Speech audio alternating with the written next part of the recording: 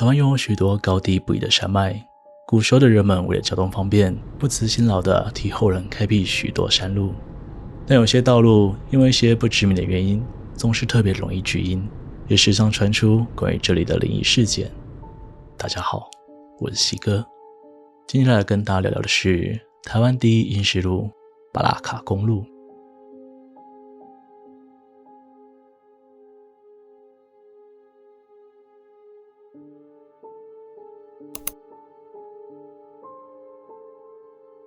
巴拉卡公路是市道101号公路的支线，从新北市的新庄起，通往阳明山小油坑阳金公路的道路。由于这里的道路狭窄，货车禁止进入，所以有许多人喜欢在白天的时候来这里骑脚踏车，欣赏路边的自然美景。尤其是在炎炎夏日，这里绝对是阴凉避暑的好去处。但这样风景优美的道路，一旦到了晚上，那可就是完全不一样的感受了。巴拉卡公路上几乎没有路灯，上面都是树木的遮映，所以夜晚经过这里时，几乎是伸手不见五指的黑。加上平时阴凉，夜晚更是让人汗毛直立。于是这条101号公路也被人以谐音取名为第一灵异公路。当然，这条灵异公路并非虚有其表，网络上就流传着许许多多关于这条公路的灵异故事。曾经有人在 Dcard 上发文说，当时他们还是一群刚上大学的新鲜人，有一摊朋友都刚买了机车，平常就喜欢骑车出去兜风。尤其是夜冲，热爱夜冲的他们已经跑遍文化大学的后山、擎天岗、阳金公路等等地方，那几乎就是他们每天晚上的基本行程。某一天，他们4个人3台车又相约要一起夜冲。当天本来是计划要骑行阳金公路，但领头的朋友却觉得有点腻。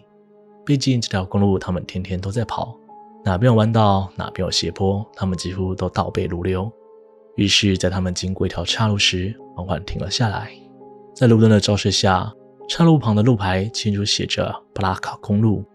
当时他们从来没有走过这条公路，强烈的好奇心以及出生之犊不畏虎的无畏精神，让他们决定今天要换条道路跑跑看。当下网友委婉地劝阻大家，因为他早就耳闻过巴拉卡公路的鼎鼎大名，但在众人的鼓吹之下，最终所有人调转方向，驶向这条未知的道路。由于不熟悉路况，一开始大家也不敢把油门随后紧绷，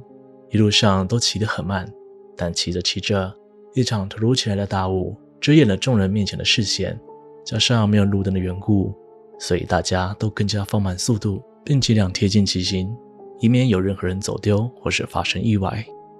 突然间，网友看到他前方朋友的背上莫名其妙多出2只手，一左右攀搭的肩膀上，那双手又继续直直往上伸，最后紧抓着上方路过的树枝迅速离去。这一幕几乎让网友吓傻，他立刻闪烁大灯，向前方带路的朋友示意后迅速超车，改成由他带领着众人赶紧离开下山。直到山下来的便利商店，众人才停下来稍作歇息，大家都买了一些吃喝的东西来压压惊。网友这时候开口询问朋友，刚刚是否注意到自己身后多了一双手，而对方表示，事实上他也有发现，从机车的后照镜里可以清楚看到背后有一双手向上不停延伸。然而另一人听到他们的窃窃私语后，说了更让人毛骨悚然的话语。其实我们刚刚弯进巴拉卡公路后，我在后座看到道路两边一直站着一排人等着我们。除了好兄弟一同乘车的故事之外，网络上还有许多人分享鬼之眼的故事，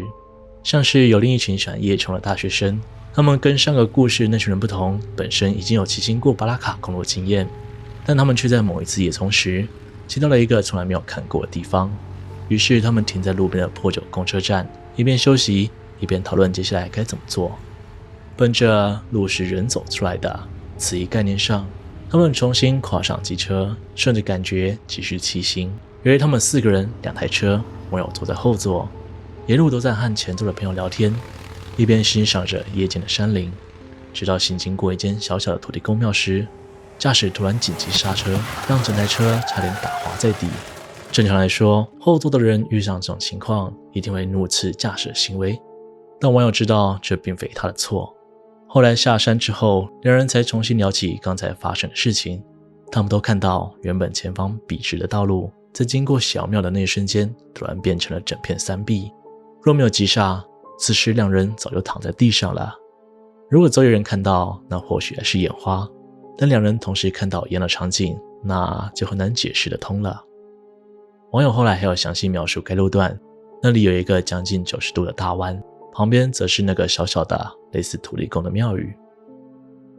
而要说起巴拉考公路的灵异故事，最知名的就是那座曾有人上吊的凉亭了。